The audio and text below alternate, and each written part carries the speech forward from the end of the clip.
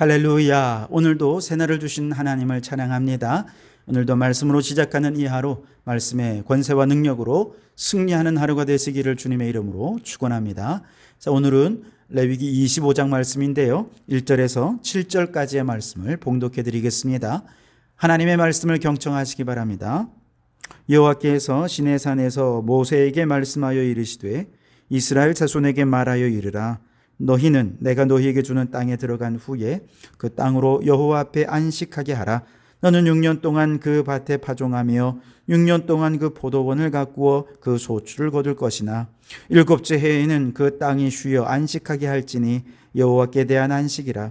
너는 그 밭에 파종하거나 포도원을 가꾸지 말며 내가 거둔 후에 자라난 것을 거두지 말고 가꾸지 아니한 포도나무가 맺은 열매를 거두지 말라. 이는 땅의 안식년임이니라.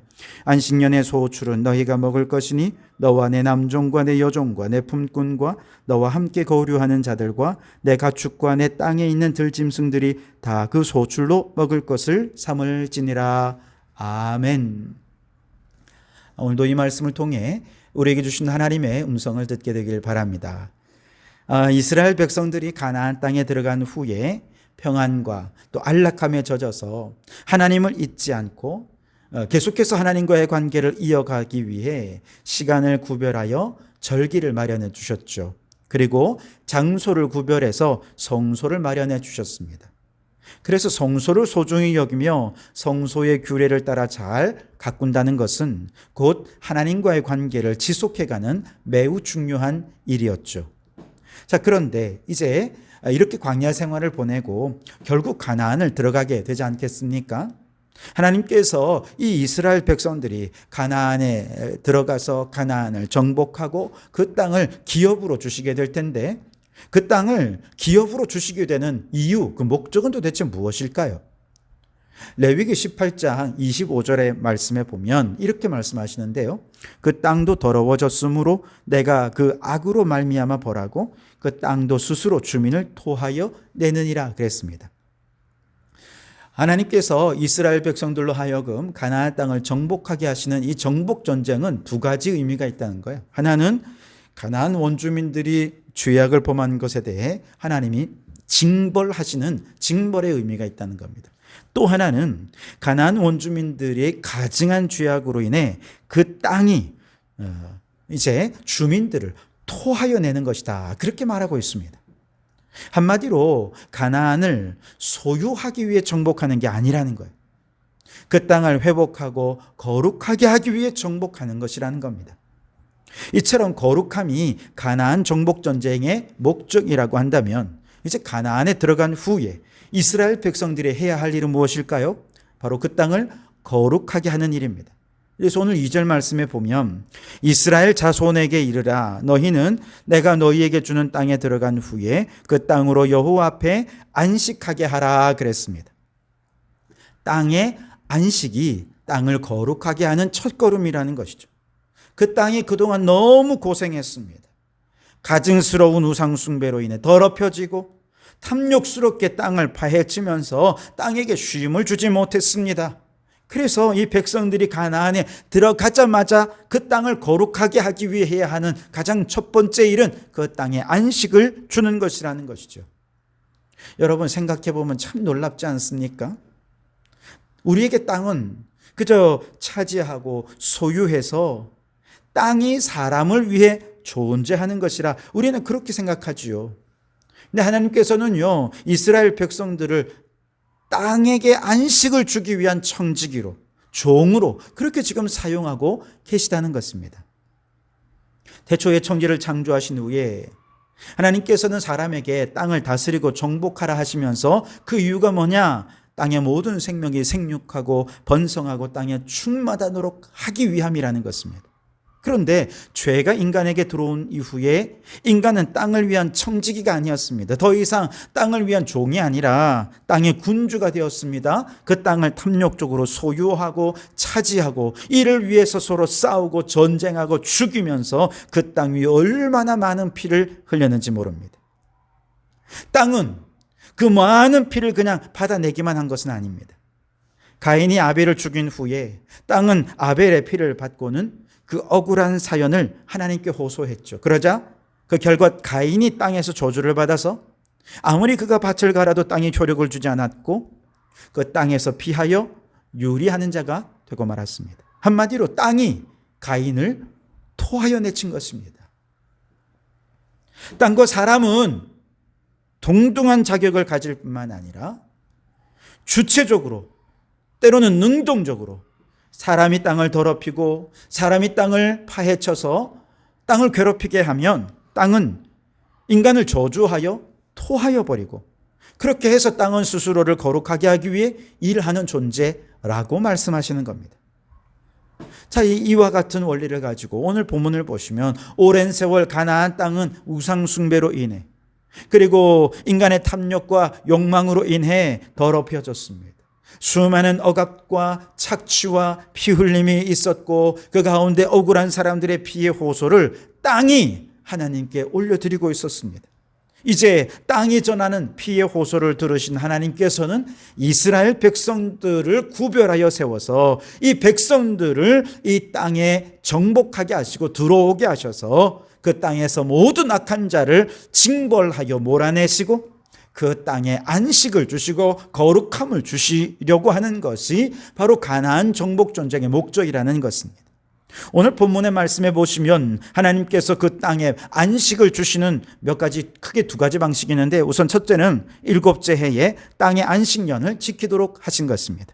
3절에서 5절을 보시면 너는 6년 동안 그 밭에 파종하며 6년 동안 그 포도원을 가꾸어 그 소출을 거둘 것이나 일곱째 해에는 그 땅이 쉬어 안식하게 할지니 여호와께 대한 안식이라. 너는 그 밭에 파종하거나 포도원을 가꾸지 말며 내가 거둔 후에 자라난 것을 거두지 말고 가꾸지 아니한 포도나무가 맺은 열매를 거두지 말라. 이는 땅의 안식년임이니라 그랬습니다. 6년 동안 잘 가꾸고 소출도 얻는 거 반드시 필요하고 중요한 일이지만 그러나 일곱째 해가 되면 아무리 풍성한 소출이 있어도 더 이상 그 땅에 파종하지 말라는 것입니다. 그리고 이미 자라나고 있는 나무나 또 자연의 열매들은 그냥 자라고 열매 맺는 거 그대로 놔두라는 것이죠. 거두지 말라는 것이죠. 왜냐? 자연은요, 인간의 손이 타지 않아야 회복되기 때문에 그렇습니다. 자연을 회복하게 만든다, 안식하게 만드는 것은요, 인간이 자연에 개입하지 않으면 회복됩니다. 안식합니다. 그리고 그렇게 자연스럽게 난 나무의 열매들은 종과 가난한 자들과 들짐승이 먹고 배부를 수 있게 하라고 말씀하셨습니다. 우리는 이것을 생태계의 복원이다 이렇게 말합니다. 탐욕적인 인간의 손이 자연에 개입해 들어가는 순간 자연은 파괴될 수밖에 없습니다. 심지어 자연을 위한다라는 명목으로 인간이 자연에 개입해 들어가는 것조차 오히려 생태계를 파괴하는 것으로 이어질 수 있습니다. 그러니 땅의 안식을 위해 가장 좋은 것은요, 인간이 자연에 개입하지 않는 것입니다. 그러면 자연은 스스로 정화하고 치유해서 생태계를 복원하고 창조 질서를 회복하게 될 것입니다. 두 번째로 땅에 안식을 주시는 하나님의 방식은 희년을 지키게 하는 것입니다. 10절에 보시면 너희는 50년째 해를 거룩하게 하여 그 땅에 있는 모든 주민을 위하여 자유를 공포하라. 이 해는 너희에게 희년이니 너희는 각각 자기의 소유지로 돌아가며 각각 자기의 가족에게로 돌아갈지며 라고 말씀을 하셨습니다. 7년에 한 번씩 안식년을 지키라 하셨죠. 그렇게 안식년을 지키지만 그 다음에 50년째가 되는 해에 대속죄일에는 뿔나팔을 불면서 희년을 선포해서 이제는 모든 것이 제자리로 돌아가게 하셨습니다. 그동안 돈을 갚지 못해서 혹은 전쟁의 포로가 되어서 등등 여러 가지 사연과 이유 때문에 땅의 소유권이 다른 사람에게 넘어가 있었다고 하더라도 희년이 되면 다시 원주인에게 돌려주게 하셨습니다. 같은 이유로 사람이 포로가 되고 누군가의 종이 되었다 하더라도 희년이 되면 그는 자유인이 되어 다시 원래의 가족들 품으로 돌아가게 하셨습니다. 모든 것이 다 제자리로 돌아가서 모든 사람과 자연에게 기쁨이 가득하게 되니 기쁨의 해 신년인 것입니다. 땅을 사고 팔 때 사는 사람의 입장에서도요, 항상 희년을 염두에 두고 땅을 구입하라고 명령하십니다. 15절에 보시면 희년 후의 연수를 따라서 너는 이웃에게서 살 것이요 그도 소출을 얻을 연수를 따라서 내게 팔 것인즉 그랬죠. 무슨 말이냐? 자, 땅을 살 때 희년에 돌려줄 것을 염두하고 소작하는 그 사람의 품삯이나 혹은 소출의 양이나 이런 것들을 다 계산해서 땅값을 쳐주라는 거예요. 그래서 희년이 되어 돌려줄 때는 내게도 손해가 없고 땅을 돌려받는 사람에게도 손해가 없도록 그렇게 너무 땅의 땅값을 너무 싸게 해서 사거나 그렇게 하지 말라는 것이죠. 그러면서 사정에 따라 땅을 사고 팔기는 해도 영원히 원주인에게서 떠나서 토지를 사고 파는 그런 일들은 없게 해야 된다라고 말씀을 하십니다. 23절에 보시면 토지를 영구히 팔지 말 것은 토지는 다 내 것임이니라. 너희는 거류민이여 동거하는 자로서 나와 함께 있느니라. 아멘.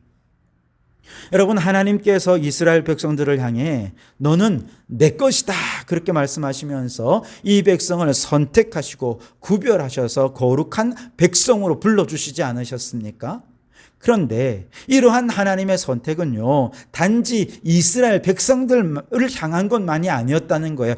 땅을 향해서도 토지는 다 내 것이다 그렇게 선언하시면서 선택하시고 구별하셔서 땅을 거룩하게 하셨습니다. 그래서 땅과 사람은 모두 하나님의 소유로 삼아 그 땅을 거룩하게 지켜내기를 원하셨고 그 백성을 거룩하게 지켜내기를 원하셨던 것입니다. 여러분, 아담과 하와가 죄를 범했을 때 땅도 같이 저주를 받은 것 기억하십니까? 반대로 이스라엘 백성들을 거룩한 백성으로 선택하신 하나님은 이제 이 백성들을 통해 땅의 거룩함을 선포하게 하신 것입니다. 하나님께서 오늘 이 기후 위기 시대에 우리 성도들을 거룩한 하나님의 자녀, 하나님의 백성으로 선택하신 이유도 마찬가지입니다. 우리를 거룩하게 하신 하나님이 그동안 인간의 개입으로 파괴되고 무너지고 저주받은 이 땅을 믿음의 사람들로 말미암아 다시금 거룩하게 회복시키도록 하기 위해 하나님께서 우리를 선택하여 불러주셨다는 것을 잊지 마시기 바랍니다. 그래서 탄식하는 피조물들은 하나님의 아들들이 나타나기를 지금껏 기다리고 있는 것이죠. 그렇다면 이제 오늘 우리가 해야 할 일은 땅을 위해 우리가 뭔가 해야 되겠다 이게 아닙니다. 정말 중요한 것은 아무것도 하지 않는 것입니다. 안식을 주고 쉼을 주고 모든 것을 제자리로 돌려놓는 것, 이것이 우리가 해야 할 일이라는 것이죠. 그러면 자연은 스스로 치유하고 스스로 회복해서 창조 질서를 다시금 이루는 거룩한 땅으로 변화될 것입니다. 오늘 하나님이 우리를 구원하신 구원의 목적이 바로 여기에 있는 것이죠. 그러니 여러분, 이 기후 위기 시대에 땅이 파괴되고 자연이 파괴된 이 시대 창조 질서 회복을 위해 땅을 안식하게 하시는 이 안식의 사명이 우리들에게 있음을 깨닫고 땅의 안식을 위해 오늘 우리가 해야 할 실천이 무엇인지를 알고 잘 실천함으로 하나님 나라를 위해 귀하게 쓰임받는 이 시대에 하나님 나라의 일꾼들이 다 되실 수 있게 되기를 주님의 이름으로 축원합니다. 기도하시겠습니다. 하나님, 인간의 타락으로 저주받은 이 땅을 불쌍히 여기신 것을 우리가 깨닫게 해주시니 감사합니다. 이제 이 땅의 피의 호소를 들으셔서 탐욕과 욕망으로 더럽혀진 이 세상을 벌하기 위해 기후재난과 재앙을 주시고 또한 이 땅을 거룩하게 하기 위해 먼저 우리를 구원하셔서 하나님의 자녀, 하나님의 백성 삼아주신 것을 믿습니다. 그러니 이제 우리가 할 일은 땅의 안식을 선포하는 것입니다. 그동안 인간의 탐욕과 욕망으로 더럽혀지고 파괴되고 무너지며 저주받은 온 땅에 희년을 선포하고 희년을 살아내어야 하겠습니다. 더 이상 자연에 개입하기를 멈추고 자연이 스스로 치유하고 창조 질서를 회복할 수 있도록 우리를 주님의 도구로 사용하여 주시옵소서. 예수님 이름으로 기도하옵나이다. 아멘.